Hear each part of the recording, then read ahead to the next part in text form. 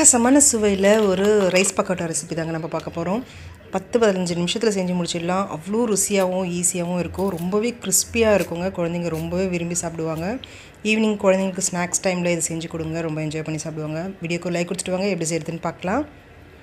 இதுக்கு முதல்ல 1 கப் அளவுக்கு பச்சரிசியை ஒரு 2 மணி நேரம் ஊற வச்சு எடுத்துக்கோங்க. நல்லா ஊறி வந்த பிறகு வாஷ் பண்ணிவிட்டு தண்ணியெல்லாம் ட்ரெயின் பண்ணிவிட்டு மிக்ஸி ஜாரில் மாற்றிக்கோங்க.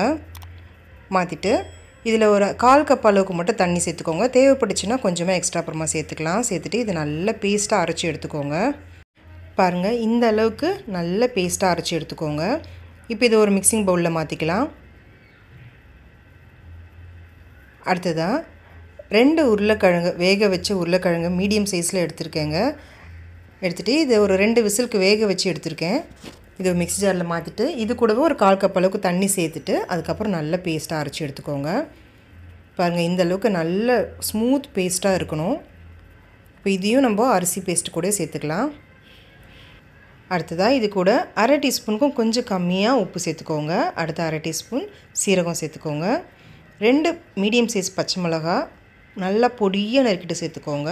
அடுத்ததாக நல்லா தாராளமாக கொத்தமல்லியை நல்லா பொடியாக நறுக்கிட்டு சேர்த்துட்டு நல்லா கை வச்சு இது மிக்ஸ் பண்ணி விட்டுக்கோங்க.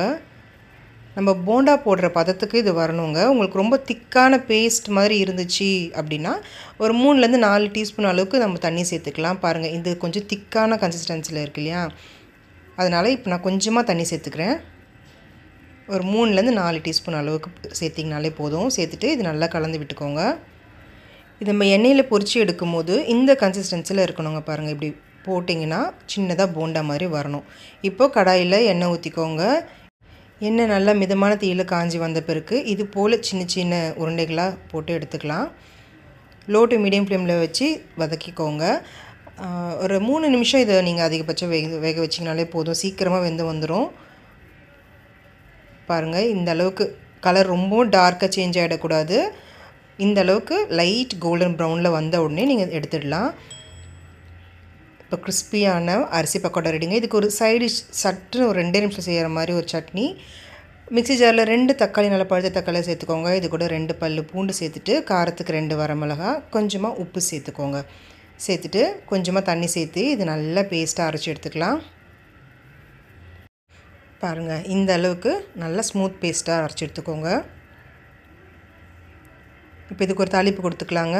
கடாயில் 1 டீஸ்பூன் அளவுக்கு எண்ணெய் சேர்த்துக்கோங்க.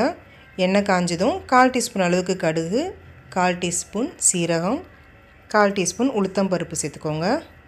ஒரு கொத்து கருவேப்பிலை சேர்த்துட்டு கடுகு சீரகம்லாம் நல்லா பொரிஞ்சு வந்த பிறகு நம்ம அரைச்சி வச்சுருக்க தக்காளி விழுது சேர்த்துக்கோங்க. சேர்த்துட்டு மீடியம் ஃப்ளேமில் வச்சுட்டு இது ஒரு 3 நிமிஷத்துக்கு மட்டும் நீங்கள் வதக்கி எடுத்திங்கன்னா போதும். சட்னி நம்மளுக்கு ரெடி ஆகிடும். தேவைப்பட்டுச்சுன்னா திக்கான கன்சிஸ்டன்சியில் வந்துடுச்சுன்னா ஒரு 3-4 டீஸ்பூன் அளவுக்கு தண்ணி சேர்த்துட்டு இதை கலந்து விடுங்க. அவ்வளோதாங்க, சட்னி நம்மளுக்கு இன்ஸ்டண்ட்டாக ரெடி ஆகிடுச்சு. இந்த ரைஸ் பக்கோடாவுக்கு இந்த சட்னி காம்பினேஷன் ரொம்பவே நல்லாயிருக்குங்க. கண்டிப்பாக ட்ரை பண்ணி பாருங்கள். 100% பர்ஃபெக்டாக இதே போல் கிறிஸ்பியாக கண்டிப்பாக வருங்க. நீங்கள் ட்ரை பண்ணி பார்த்துட்டு எப்படி இருந்துச்சுன்னு சொல்லுங்கள். உங்களுக்கு இந்த வீடியோ பிடிச்சிருந்துச்சுன்னா லைக் பண்ணுங்கள். உங்கள் ஃப்ரெண்ட்ஸ் அண்ட் ஃபேமிலி கூட நிறைய ஷேர் பண்ணிக்கோங்க. அப்படியே மறக்காமல் அம்மாடி கிச்சனுக்கு சப்ஸ்கிரைப் பண்ணிக்கோங்க. Thank you friends.